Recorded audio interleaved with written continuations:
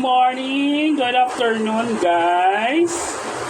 So, magluto tayo ngayon ng torta, guys. Yung tortang maliliit na hipon.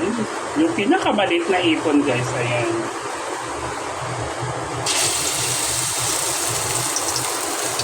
Tinamplahan ko na ito, guys. So, ayan. Magluto lang tayo ng ibabaon. Ayan.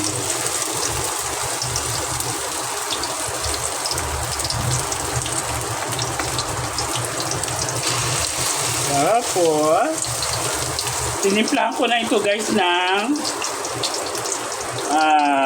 paminta, tapos harina, tapos mga seasoning niya, guys. Tapos, ayan, oh. Ayan. Sarap.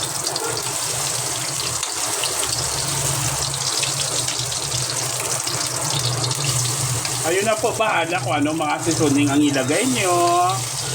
Basta ako, paminta lang, asin, saka kunting ano lang, magic syrup, alam mo na, ayun, yung palasa. Tapos ayan, pa-brown. Tapos naglagay din ako ng itlog. Ayan.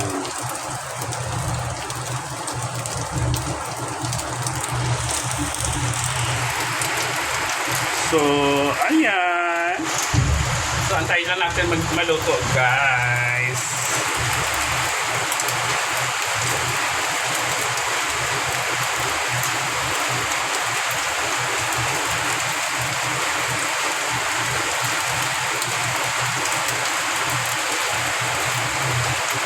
Siguro magluluto tayo ng kahit 6. Ganyan, 6. Kasi baon, tapos kakain. Tapos kung may maiwan, yun yung sa atin. Ayun.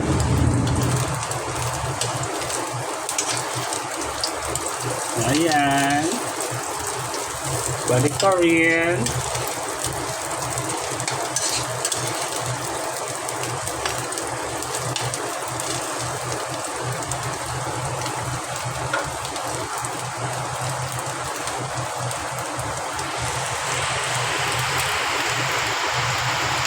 Hindi ko na pinakita pala kanina kung paano ko siya inanda. Basta ang ginawa ko nung pagkabili ko nung hipon na maliliit,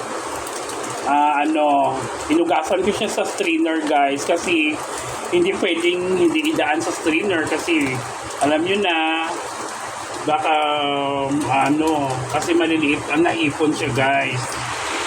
Tapos ayun, pagkatapos ko ng sa strainer, pinatulo, tapos nung nakatulo, nilagay ko siya dito, guys. Tapos ayan, nilagyan na ng harina, asin, paminta, kung ano-ano pang nilagay para magkalasa lang tong ating tortang maliliit na hipon. Ayan. So ito na siya, guys. So ayan, nasa inyo na ha kung gaano kapula ang gagawin nyo. Pero sa akin, ito na siya.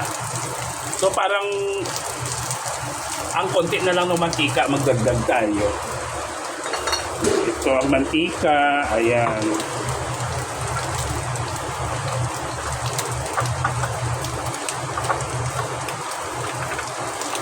Ano siya kasi, maano siya sa mantika. Tapos parang ang lakas ng natin, apoy. Ayan. So ayan, luto na ito. Ayan. After nito, magsaing tayo ng kanin.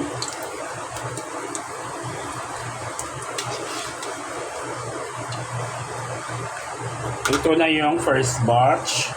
So magluto pa tayo ng another batch.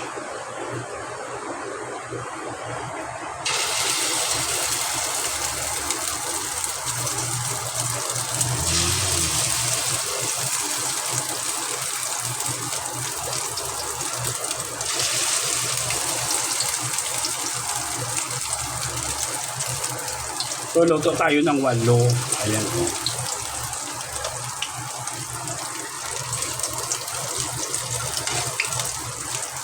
Ayan.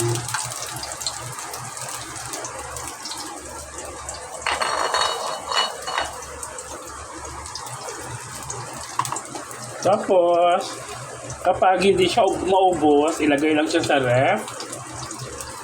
Tapos ilagay natin siya sa ref. Ayan. Tapos, lutuin naman siya sunod na araw, guys. Ayan. Ilagay sa ref. Tapos, balik tayo dito. Balik tayo natin. Ayan, no.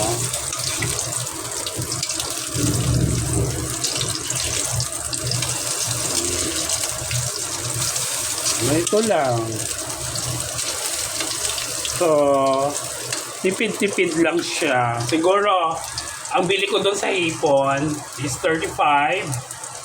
Tapos, bumili ako ng harina na worth 15 pesos. So, 50. So, ang magic, nandito naman na siya. So, worth 50 lang.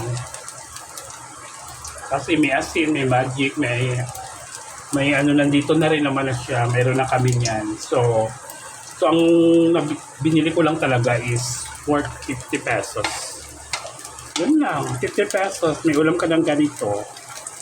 So may natira pa. Pwede pa siya next day or next day. Depende kapag hindi ka na umay. Ayan. Tapos ang dali lang lutuin. Ang dali lang i-prepare. Wala nang hassle, hindi ka na mahirapan, di ba guys? So ayan. Kung bet nyo, bili na rin kayo guys. At lutuin nyo na, itry nyo na rin. Ayun. Wala pa.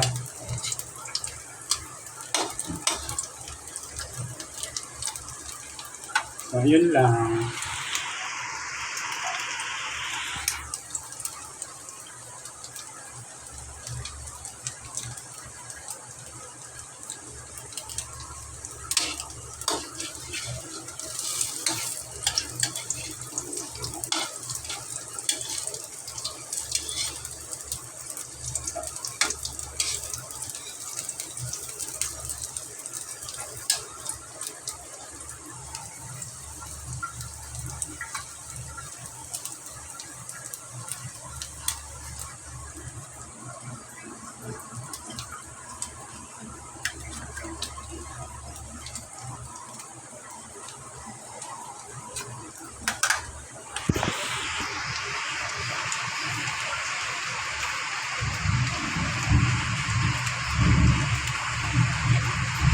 So, until here guys, thank you ng maraming salamat. So, hanggang dito na lang guys ha. Malulubat na tong cellphone ko. I-charge ko muna. Hanggang dito na lang. Bye-bye.